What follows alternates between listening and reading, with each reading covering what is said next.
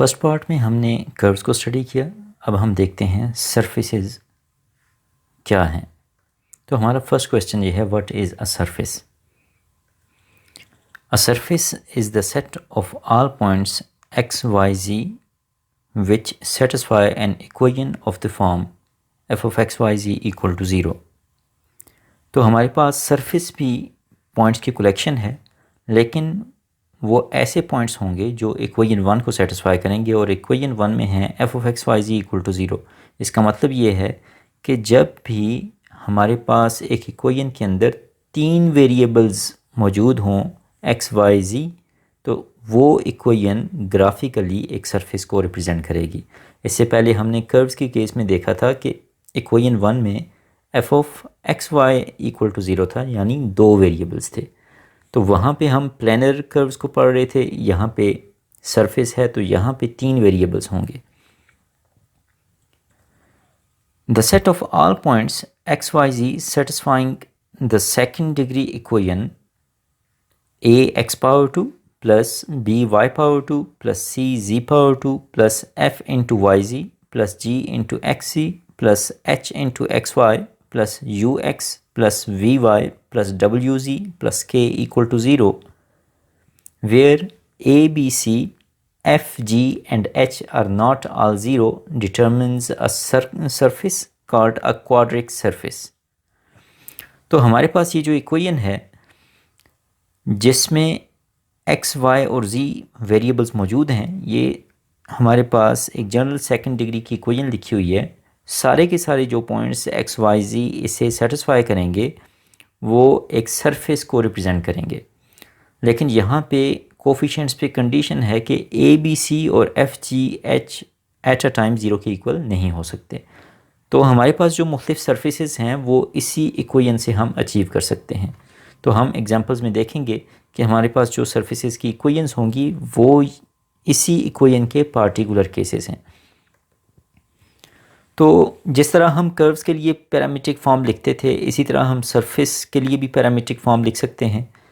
और हमने यहाँ से देखना है कि कर्व और सरफेस की पैरामीट्रिक फॉर्म में क्या फ़र्क होता है। जैसे हमने इक्वेशन वन के अंदर देखा कि कर्व के केस में और सरफेस के केस में फ़र्क है, इसी तरह पैरामीट्रिक रिप्रेजेंटेशन के अंदर भी सरफेस और कर्व के अंदर एक वाज़ेह फ़र्क आपको नज़र आएगा। तो यहाँ पे parametric representation of surface can be done using two parameters. तो कर्व के केस में हमारे पास एक पैरामीटर था जिसके थ्रू हम सारी की सारी कर्व को रिप्रेजेंट करते थे पैरामीट्रिक फॉर्म में, लेकिन सरफेस के केस में हमें दो पैरामीटर्स चाहिए होंगे। तो ये हमारे पास दूसरा फ़र्क आ गया कर्व और सरफेस के दरमियान। अब यहाँ पे let z equal to f of x y be an expressive representation of the surface. तो हम इक्वेशन वन को इस तरह भी लिख सकते हैं कि z equal to f of x y. तो ये सारी की सारी इक्वेशन भी सरफेस को रिप्रेजेंट करेगी। If u and v are two parameters then parametric equation of the surface are. तो अगर हम यहाँ पे दो पैरामीटर्स ले लें u और v, जिस तरह कर्व के केस में हमारा एक पैरामीटर था t, तो हम सरफेस की केस में ख़ुद से डिफ़ाइन कर रहे हैं कि u और v हमारे दो पैरामीटर्स हैं। तो फिर हमारे पास सरफेस की पैरामीट्रिक फॉर्म कुछ इस तरह होगी कि x equal to x of u comma v, कि आपने x को भी u और v की फॉर्म में रिप्रेजेंट करना है। y equal to y of u comma v, y को भी v और u की फॉर्म में रिप्रेजेंट करेंगे। और z equal to z of u comma v, z को भी हमने u और v की फॉर्म में रिप्रेजेंट करना है। तो ये हमारी इक्वेशन टू है जो कि हमें बताती है एक सरफेस को पैरामीट्रिक फॉर्म में हम किस तरह से एक्सप्रेस कर सकते हैं। अब हम सरफेस की कुछ एग्जांपल्स देखते हैं। हमारे पास जो फर्स्ट एग्जांपल है वो है sphere. The set of all points in space that are equidistance from a fixed point is called a sphere. जिस तरह के आप यहाँ ग्राफ में देख सकते हैं कि यहाँ पे हमारे पास एक सफ़ेयर ज्योमेट्रिकली रिप्रेजेंट की गई है। सफ़ेयर की डेफिनेशन हमने देखी कि ये पॉइंट्स की कलेक्शन है, लेकिन वो एक ख़ास कंडीशन के थ्रू आते हैं। वो पॉइंट्स जो एक फ़िक्स पॉइंट से इक्वल डिस्टेंस पे हों और सारे के सारे पॉइंट स्पेस के अंदर हों। तो वो सारे के सारे पॉइंट जहाँ पे लाई कर रहे होंगे वो सारे के सारा जो रीजन होगा वो एक सफ़ेयर होगी। The constant distance is called radius and fix point is called centre. तो सफ़ेयर के केस में जो कांस्टेंट डिस्टेंस होता है उसे हम रेडियस कहते हैं, और जिस फिक्स पॉइंट से हम डिस्टेंस ले रहे होते हैं उस फिक्स पॉइंट को हम सेंटर कहते हैं। The sphere is a surface as shown in the figure. तो हम यहाँ पे देख सकते हैं कि ग्राफ के अंदर जो ज्योमेट्री है ये सर्कल से डिफरेंट है। सर्कल एक कर्व थी जबकि सफ़ेयर एक सरफेस है। अगर हम एक सर्कल को एक फिक्स पॉइंट के अबाउट रोटेट कर दें तो वो जिस पाथ को फॉलो करेगा वो सफ़ेयर होगी। The equation of sphere in Cartesian coordinate system is x minus A whole power 2 plus Y minus B whole power 2 plus Z minus C whole power 2 equal to R power 2। तो ये sphere की equation है जिसका centre A comma B comma C point है, particular point, और इसका radius R है। The parametric equation of sphere with u comma V as parameter is, यहाँ पे अगेन हम u और v को अपने पैरामीटर्स ले रहे हैं। तो हम अब देखेंगे कि सफ़ेयर को पैरामीट्रिक फॉर्म में हम किस तरह से रिप्रेजेंट कर सकते हैं। जिस तरह हमने सर्कल को पैरामीट्रिक फॉर्म में रिप्रेजेंट किया था तो सफ़ेयर को देखेंगे कि इसकी पैरामीट्रिक इक्वेशन क्या है। तो यहाँ पे x इक्वल है a minus r cos u cos v, y equal to b minus r sine u cos v, z equal to c minus r sine v. तो यहाँ पे x भी u और v का फंक्शन है, y भी u और v का फंक्शन है, और z यहाँ पे जस्ट v का फंक्शन है। तो ये हमारे पास सफ़ेयर की पैरामीट्रिक फॉर्म है। तो अगर हम इसे कंपेयर करें सर्कल के साथ तो सर्कल के केस में हमारे पास x था, x equal to r cos t, और y था y equal to r sine t. तो वहाँ पे जस्ट एक पैरामीटर t था, जबकि यहाँ पे दो पैरामीटर्स हैं u और v। ये सफ़ेयर और सर्कल के दरमियान एक वाज़ेह फ़र्क है, और यही फ़र्क हमने कर्व और सरफेस की डेफिनेशन में भी जज किया था। अब हम अपनी नेक्स्ट एग्जांपल की तरफ आते हैं। अच्छा, उससे पहले यहाँ पे हम u और v की वेरिएशंस को भी साथ देख लेते हैं कि पैरामीटर्स जब हमने सारी की सारी सफ़ेयर अचीव करनी होगी तो u 0 और 2 पाई के दरमियान सारी की सारी वैल्यूज़ लेगा, और v जो है वो माइनस पाई बाई 2 से पाई बाई 2 के दरमियान सारी की सारी वैल्यूज़ देगा, जिसके करस्पॉन्डिंग हमें सारी की सारी सफ़ेयर अचीव हो जाएगी। अब हम अपनी सेकंड एग्जांपल की तरफ आते हैं। हमारी सेकंड एग्जांपल है सिलेंडर। तो the cylinder is a surface as shown in the figure. तो सिलेंडर भी हमारे पास सरफेस है, हम ज्योमेट्रिकली देख सकते हैं इसकी शेप किस तरह से बनाई गई है फिगर के अंदर। और आप यहाँ पे गौर करें तो सरफेस के केस में हमारे कोऑर्डिनेट सिस्टम में एक्स एक्सिस भी है, वाई एक्सिस भी और जी एक्सिस भी, मीन्स हम प्लेन में नहीं हैं बल्कि हम स्पेस के अंदर हैं। The general equation of cylinder in Cartesian coordinates is x power 2 by a power 2 plus y power 2 by b power 2 equal to 1। तो ये इक्वेशन 1 जो है ये सिलेंडर की इक्वेशन है। चूँकि हम 3 डायमेंशंस के अंदर हैं तो यहाँ पे z जो है वो माइनस इन्फिनिटी से इन्फिनिटी तक सारी की सारी वैल्यूज़ ले रहा है, उस पर कोई ख़ास कंडीशन नहीं है, इसलिए वो आपको इक्वेशन 1 के अंदर नज़र नहीं आ रहा। This is a cylinder whose cross section is an ellipse. Equation 1 पे अगर आप थोड़ा सा गौर करें तो ये इक्वेशन हमें इलिप्स की इक्वेशन से मिलती जुलती नज़र आ रही है, चूँकि मैंने आपको अभी बताया कि यहाँ पे z इसलिए मौजूद नहीं है, वो माइनस इन्फिनिटी से इन्फिनिटी तक सारी की सारी वैल्यूज़ दे रहा है। हम 3 डायमेंशंस के अंदर हैं। अब ये इक्वेशन ये इलिप्स से मिलती है, इसका मतलब ये है कि जो सिलेंडर यहाँ पे हमारे पास ज्योमेट्रिकली सामने आएगा उसका क्रॉस सेक्शन इलिप्स होगा। इस वजह से हमारे पास इक्वेशन 1 लिखी गई है। Its parametric equation is x equal to a cos u, y equal to b sin u and z equal to v। तो सिलेंडर की पैरामीट्रिक इक्वेशन हमने देखी।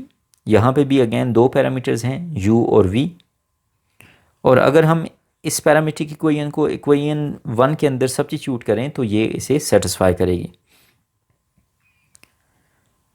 If a equal to b in equation 1, then we have a circular cylinder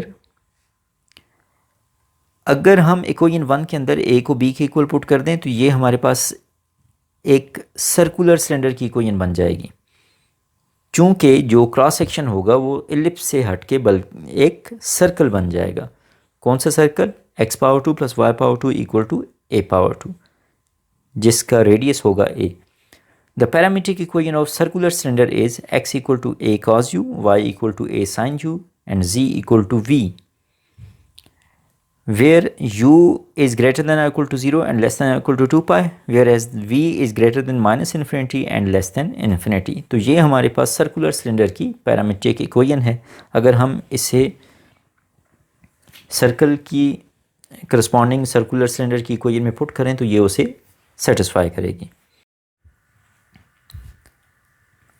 हमारी next example है ellipsoid. The ellipsoid is a surface as shown in the figure। हम geometry में देख सकते हैं कि ये जो हमें रेड कलर की शेप नज़र आ रही है ये एलिप्सॉइड है। The equation of ellipsoid in Cartesian coordinates is x power 2 divided by a power 2 plus y power 2 divided by b power 2 plus z power 2 divided by c power 2 equal to 1। तो जो भी points x, y, z इस equation को satisfy करेंगे वो एक ellipsoid के ऊपर लाई कर रहे होंगे। अगर हमारे पास u और v दो पैरामीटर्स हों तो हम एलिप्सॉइड की पैरामीट्रिक इक्वेशन कुछ इस तरह लिखेंगे। x equal to a cos u cos v, y equal to b sin u cos v and z equal to c into sine v। तो हम देख सकते हैं कि एलिप्सॉइड के केस में हमारे पास दो पैरामीटर्स मौजूद हैं u और v। अगर हम इसका कंपैरिजन कर्व के साथ करें जो एलिप्स हमने फर्स्ट पार्ट में पढ़ा था तो उसकी पैरामीट्रिक इक्वेशन में और इसमें पहला बुनियादी फ़र्क ये है कि वहाँ पे पैरामीटर एक है जो कि t था, जबकि यहाँ पे दो पैरामीटर्स हैं u और v। और दूसरा फ़र्क ये है कि यहाँ पे z की भी इनफाइनाइटली मैनी वैल्यूज़ हैं। अगर हम इस ज्योमेट्री पे गौर करें तो आप देख सकते हैं यहाँ पे जो रेड लाइन है ये x एक्सिस है, ग्रीन लाइन ये y एक्सिस है और ये जो ब्लू लाइन है ये z एक्सिस के लॉन्ग है। ये जो पार्टिकुलर एलिप्सॉइड आपको ग्राफ में नज़र आ रहा है इसकी इक्वेशन थी x power 2 divide by 2 plus y power 2 divide by 6 plus z power 2 divide by 16 equal to 1।